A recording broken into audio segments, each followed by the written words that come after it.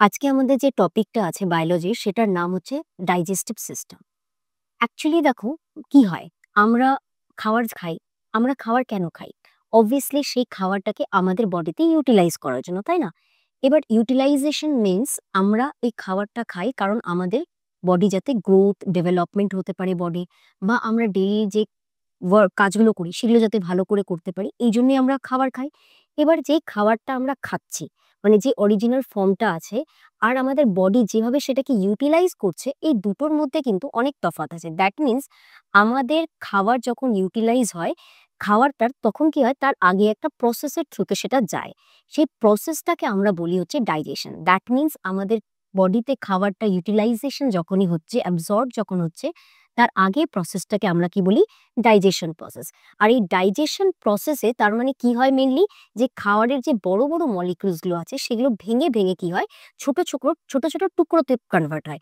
যে ছোট ছোট টুকরোগুলো আমাদের বডি কি করতে পারে, ইজিলি অ্যাবজর্ব করতে পারে, দ্যাট মিনস ডাইজেস্ট করতে পারে। আর এই ডাইজেশনে যে সিস্টেমটা হেল্প করে সেটাকে আমরা কি বলছি? Digestive system. এবার আজকে মেনলি আমরা কি করব দেখো, আজকে মেনলি আমরা এই ডাইজেস্টিভ সিস্টেমটাকে ব্রিফে অ্যানালাইজ করব। এবার ডাইজেস্টিভ সিস্টেম যখনই আমরা এক্সপ্লেন করব, তো এই সিস্টেমের মধ্যে কি থাকে? আমরা জানি যে সিস্টেম মিনস অনেকগুলো অর্গ্যান, অনেক কিছু মিলে একটা সিস্টেম তৈরি হয়। তো এই ডাইজেস্টিভ সিস্টেমও কি করে, আমরা মেনলি ডাইজেস্টিভ সিস্টেমকে দুটো পার্টে ডিভাইড করে দিই। একটা পার্টকে আমরা বলি এলিমেন্টারি ক্যানেল বা পৌষ্টিক নালী, আর আরেকটা হচ্ছে আমাদের ডাইজেস্টিভ গ্ল্যান্ডস, যেগুলোকে আমরা বলি পৌষ্টিক গ্রন্থি। তাই দেখো এখানে একটা ছবি লাগানো আছে। এই ছবির মধ্যে প্রথমে আমি তোমাদেরকে elementary canal, that means digestive সিস্টেমের ফার্স্ট আমি যেই পার্টটা বলবো সেটা হচ্ছে elementary canal. Elementary canal actually কি, এটা 8 থেকে 10 মিটার লম্বা একটা মানে ক্যানেল টাইপের। এবার সেই ক্যানেলটা স্টার্ট কোথা থেকে হচ্ছে? মাউথ থেকে স্টার্ট হচ্ছে, আর এটা গিয়ে শেষ হচ্ছে একদমই অ্যানাসে গিয়ে। তাহলে বুঝতে পারছো এই এলিমেন্টারি ক্যানেলটা কতটাই লম্বা, 8 থেকে 10 মিটার। বাট আমাদের হাইটই তো এত বেশি নাই, তাহলে এই এলিমেন্টারি ক্যানেল, এত লম্বা এলিমেন্টারি ক্যানেল কি করে থাকে? এগুলো কয়েল ফর্মে আমাদের বডিতে থাকে। এবার ফার্স্টে দেখো, তার মানে আমরা যখন খাবারটা খেলাম, ডাইজেশন মানে কি, অবভিয়াসলি আমরা প্রথমে মুখে নিব। এবার মুখে যখন নিচ্ছি, তাহলে খাওয়াটা এই এলিমেন্টারি ক্যানেল কোথা থেকে স্টার্ট হচ্ছে? মাউথ থেকে স্টার্ট হচ্ছে। তাহলে খাবারটা মুখে গেল, তারপরে এই এলিমেন্টারি ক্যানেলটা চলছে, দ্যাট মিনস ফার্স্টে মুখ থেকে যাবে হচ্ছে কোথায়? এখানে ফ্যারিংস। ঠিক আছে, তার মানে এলিমেন্টারি ক্যানেলের নেক্সট পার্ট কি? ফ্যারিংস। ফ্যারিংস থেকে খাবারটা যাবে এই লম্বা পাইপে, যেটাকে আমরা ফুড পাইপ বা ওসোফেগাস টিউব বলে থাকি। তারপরে খাবারটা যাবে হচ্ছে স্টোমাকে। স্টোমাক মানে পাকস্থলীতে। পাকস্থলী থেকে খাবারটা যাবে স্মল ইন্টেস্টাইন, যেটাকে ক্ষুদ্রান্ত বলা হচ্ছে। আর তারপরে সেখান থেকে লার্জ ইন্টেস্টাইন বা বৃহদন্ত্রতে গিয়ে যেই খাবারটা কি হয়, পুরোপুরি মানে এই যে পাথ আমি বললাম, এই মধ্য দিয়ে খাবারটা কি হয়, অগ্রসর হয়, ফরওয়ার্ড ডিরেকশনে যায়। আর ধীরে ধীরে এই নালীর মধ্যে দিয়ে অগ্রসর হওয়ার সময় খাবারটা ডাইজেশন বা খাবারটা টুকরো টুকরো হতে থাকে। আর লাস্টে কি বাঁচে, লাস্টে যখন এটা বৃহদন্ত্র বা লার্জ ইন্টেস্টাইন থেকে বেরোয়, তখন যে আনডাইজেস্টেড যে ফুড, মানে মোটামুটি ডাইজেশন কমপ্লিট হয়ে যায়, অ্যাবজর্পশন হয়ে যায়, লাস্টে কি হয়, এই আনডাইজেস্টেড ফুডটা আমাদের এই লার্জ ইন্টেস্টাইনের যে লাস্ট পার্ট রেকটাম দিয়ে অ্যানাস হয়ে বাইরে বেরিয়ে যায়। তাহলে খাবার যখনই আমরা খাচ্ছি, তখন সেটাই এলিমেন্টারি ক্যানেলের মাধ্যমে সামনের দিকে অগ্রসর হয়। এবার খাবারটা যাচ্ছে, তার মানে কি নিজে নিজে ডাইজেস্ট হচ্ছে না। অ্যাকচুয়ালি খাবার যখন মুখে দিচ্ছি, ধীরে ধীরে নিচে যাচ্ছে, তখন এই খাবারের সাথে কি হয়, অনেকগুলো কিছু জুসেস, যেমন কিছু আমরা বলতে পারি কিছু উৎসেচক, এনজাইম, এই জিনিসগুলো খাবারের মধ্যে মিক্স হচ্ছে। তো এই উৎসেচকগুলো কোথা থেকে আসছে? এগুলো কি হয়, কিছু কিছু যে উৎসেচক গুলো হচ্ছে, এই যে আমি স্টোমাক বললাম, তারপরে হচ্ছে স্মল ইন্টেস্টাইন বললাম, এরা সিক্রেট করে, সেখান থেকে খাবারের সাথে মিক্স হয়। আর বাকি কিছু কিছু এনজাইম আছে যেগুলো অ্যাকচুয়ালি সিক্রেট হয় সেই পৌষ্টিক গ্রন্থি থেকে, দ্যাট মিনস গ্ল্যান্ডস থেকে। তার মানে এই এলিমেন্টারি ক্যানেলের পাশাপাশি কিছু কিছু কি থাকে, গ্ল্যান্ড থাকে। সেই গ্ল্যান্ডগুলো থেকে কিছু রস, কিছু এনজাইম সিক্রেট হয়। সেই সিক্রেশনস গুলো কোথায় এসে মিক্স হয়? ওই এলিমেন্টারি ক্যানেলের মধ্যে আসে, এসে গিয়ে খাবারটাকে ডাইজেস্ট হতে হেল্প করে। তাহলে যদি আমি বলি পৌষ্টিক গ্রন্থিগুলো কি কি, লিভার, প্যানক্রিয়াস, ঠিক আছে, এগুলো আমার কি পৌষ্টিক গ্রন্থি। আরেকটা আছে মুখে আছে আমাদের স্যালাইভারি গ্ল্যান্ড, এগুলো হচ্ছে আমাদের পৌষ্টিক গ্রন্থি বা গ্ল্যান্ডস। এবার দেখো আমি শর্টে এবার প্রথমে ডাইজেস্টিভ সিস্টেমটা কিভাবে ডাইজেশন হচ্ছে সেটা এক্সপ্লেন করি। ফার্স্টে দেখো, এবার আমি মুখে খাবার নিলাম। খাবার নিলে আমরা কি করি, মুখে খাবারটা চিবাই। এবার চিবাই মানে কি, ফার্স্টে আমাদের কি দাঁত, টিথ, টিথ হেল্প করে খাবারটাকে টুকরো টুকরো করতে।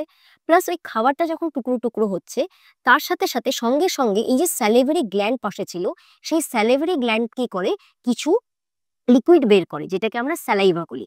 এবার তোমরা এখানে একটা ফ্যাক্ট মনে রাখতে পারো যে একটা মানে আমাদের মোটামুটি একদিনে 1.5 লিটার ওকে স্যালাইভা আমাদের সিক্রেশন হয়। তাহলে এই স্যালাইভাটা কোথা থেকে বেরোচ্ছে? স্যালিভারি গ্ল্যান্ড থেকে। আমাদের কত পেয়ার স্যালিভারি গ্ল্যান্ড থেকে? 3 পেয়ার। ঠিক আছে, কি কি নাম যদি বলতে হয় তাহলে সাব ম্যান্ডিবুলার, সাবলিঙ্গুয়াল আর প্যারোটিড গ্ল্যান্ড। তাহলে এই গ্ল্যান্ড থেকে বেরোলো কি? এই গ্ল্যান্ড থেকে বেরোলো আমাদের হচ্ছে স্যালাইভা। স্যালাইভাটা খাবারের সাথে মুখে মিক্স হলো এবং এই যে খাবারটা আছে সেটা জিভ কি করে, আমাদের টাং সেই খাবারটাকে কি করে মানে হেল্প করে খাবারের সাথে স্যালাইভা মিক্স হতে।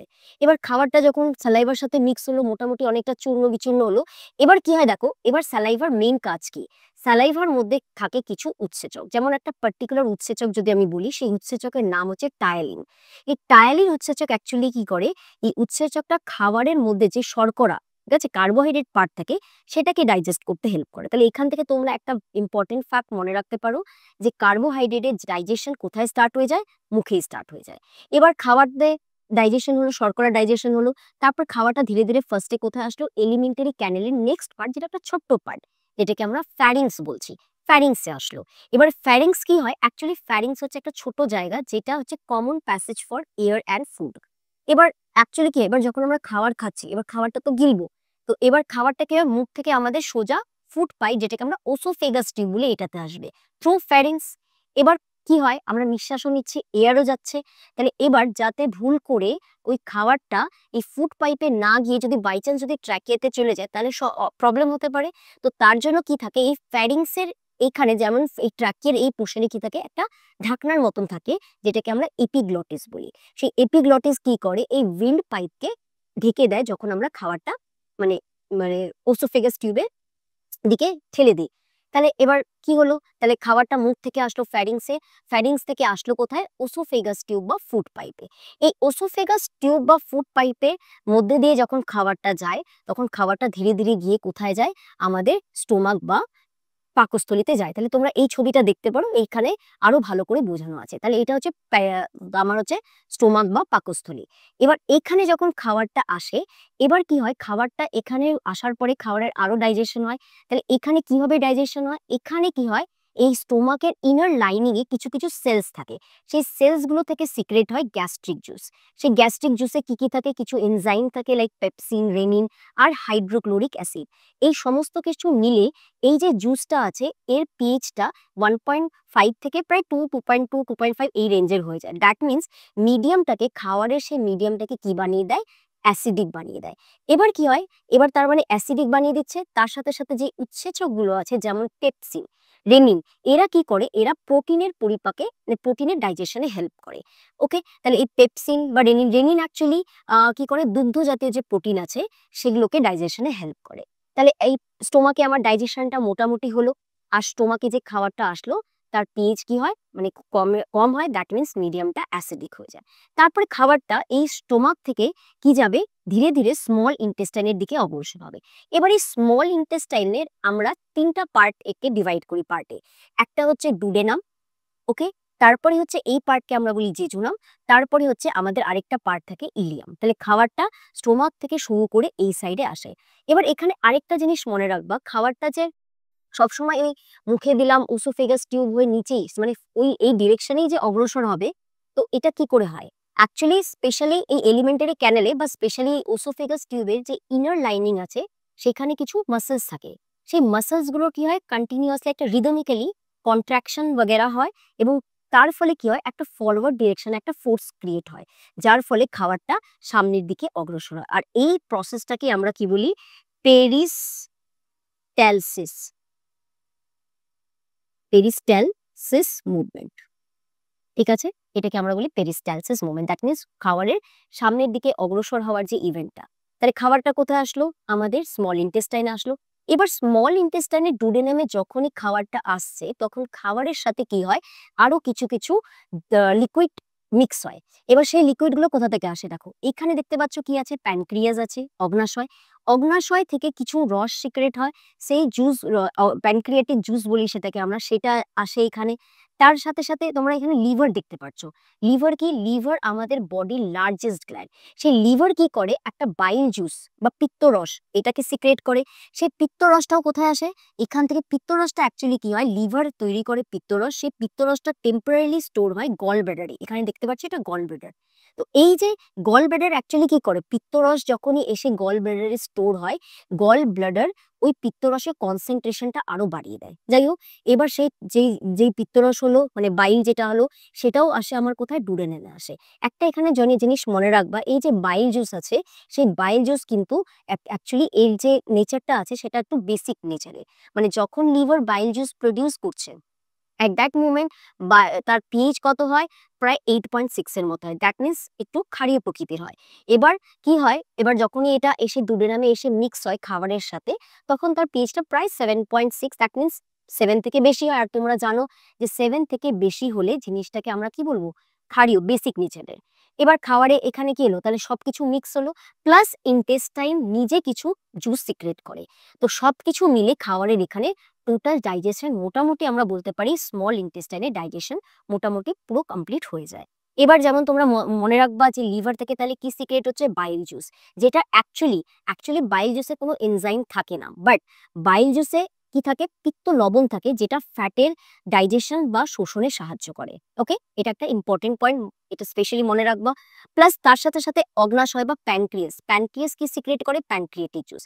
এই প্যানক্রিয়েটিক জুসে কি থাকে? অ্যামাইলেজ থাকে, ট্রিপসিন, ক্রাইমোট্রিপসিন, লাইপেস ইত্যাদি থাকে। এবার দেখো, এটা মনে রাখবা যে অ্যামাইলেজ, প্যানক্রিয়েটিক জুসের যে অ্যামাইলেজ আছে, সেই অ্যামাইলেজটা অ্যাকচুয়ালি শর্করার ডাইজেশনে হেল্প করে।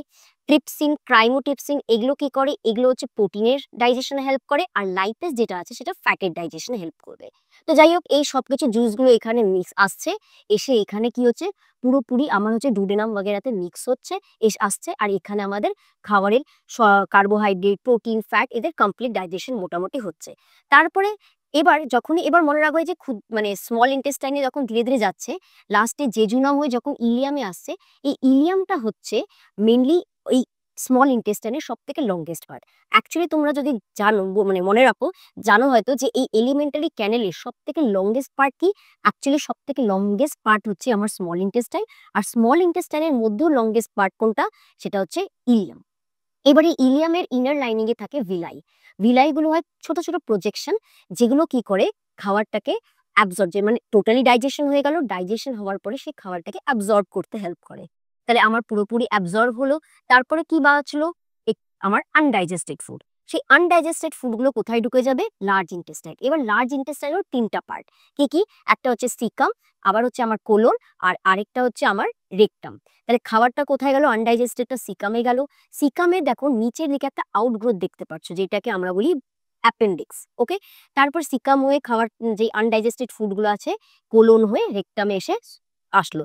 তারপরে যেগুলো হচ্ছে দরকার হয় না, সেই আনডাইজেস্টেড ফুডগুলোকে অ্যানাস দিয়ে, ঠিক আছে, এখান থেকে বডির বাইরে বের করে দেওয়া হয়। তাহলে এবার লার্জ ইন্টেস্টাইনের যদি তোমরা ফাংশন যদি মনে রাখতে পারো, তাহলে লার্জ ইন্টেস্টাইনে তো ডাইজেশন হচ্ছে না। অ্যাকচুয়ালি এখানে মেইন ফাংশন কি লার্জ ইন্টেস্টাইনের? এখানে যে খাবারটা আমরা খাচ্ছি, সেই খাবারের মধ্যে থেকে যে ধরো কোনো নিউট্রিয়েন্টস, আমাদের বডি কি চায়? যে যেই রকমের যা কিছু আছে, যত পারা যায় তত নিউট্রিয়েন্টস, ওয়াটার আমাদের বডির মধ্যে থাকে। লার্জ ইন্টেস্টাইনের মেইন ফাংশন হচ্ছে যে বডি যা এক্সেস নিউট্রিয়েন্টস বা ওয়াটার এর যাতে অ্যাবজর্পশন ভালো করে হয়ে যায়, সেই কাজটাই লার্জ ইন্টেস্টাইনে হচ্ছে। আর লাস্টলি অ্যানাস দিয়ে কি হয়? যেগুলো আনডাইজেস্টেড ফুড আছে, যেটা বডিতে আর ডাইজেস্ট হচ্ছে না, সেটা আমাদের বডি থেকে